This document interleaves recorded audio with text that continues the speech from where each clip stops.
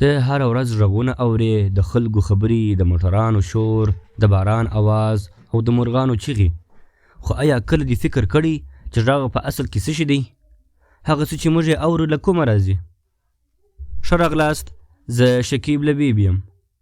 غږ په حقیقت کې یو شی نه دی چې لمس کړل سي، بلکې غږ حرکت دی. کله چې یو شی ولړزیږي، لکه ستا ستونی د خبرو پر وخت یا سپیکر د موسیقۍ پر وخت، نو شاوخوا هوا هم لړزیږي. دا لړزه له یوې ذرې څخه تر بلې ذرې انتقالیږي او په هوا کې څپې جوړوي. همدا څپې ستا تر غوږه رسیږي او ته یې د غږ په شکل اورې. یعنې ته په اصل کې هوا نه اورې، ته حرکت اورې.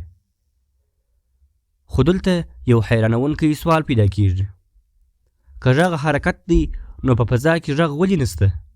جواب دا دی ځکه په فضا کې هوا نسته. غږ د سفر لپاره منځګړي ته اړتیا لري، هغه که هوا وي، که اوبه وي یا جامد شیان. که هیڅ شی نه وي، غږ هم نسي تللی. په همدې وجه که یو انسان په فضا کې چیغې ووایي، بل کس به یې وانه اوري. بله جالبه خبره دا ده، غږ یوازې په هوا کې نه ځي، غږ په اوبو کې هم تیریږي، بلکې له هوا نه ډېر چټک.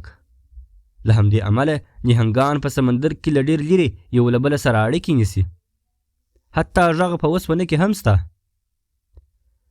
غږ خپل ټاکلی سرعت لري. په هوا کې غږ نږدې 343 متر په ثانیه کې ځي.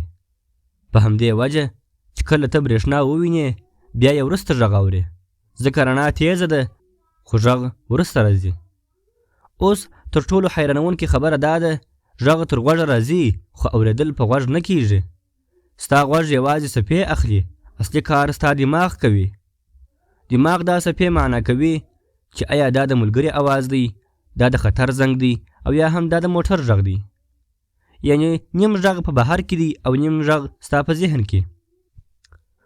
اوس تصور وکړه، که غږ نه وای، نه به خبرې وای، نه خندا، نه ژړا، نه اذان، نه د طبیعت اوازونه. دنیا به موجوده وه خو خاموش او بېروحه به وای.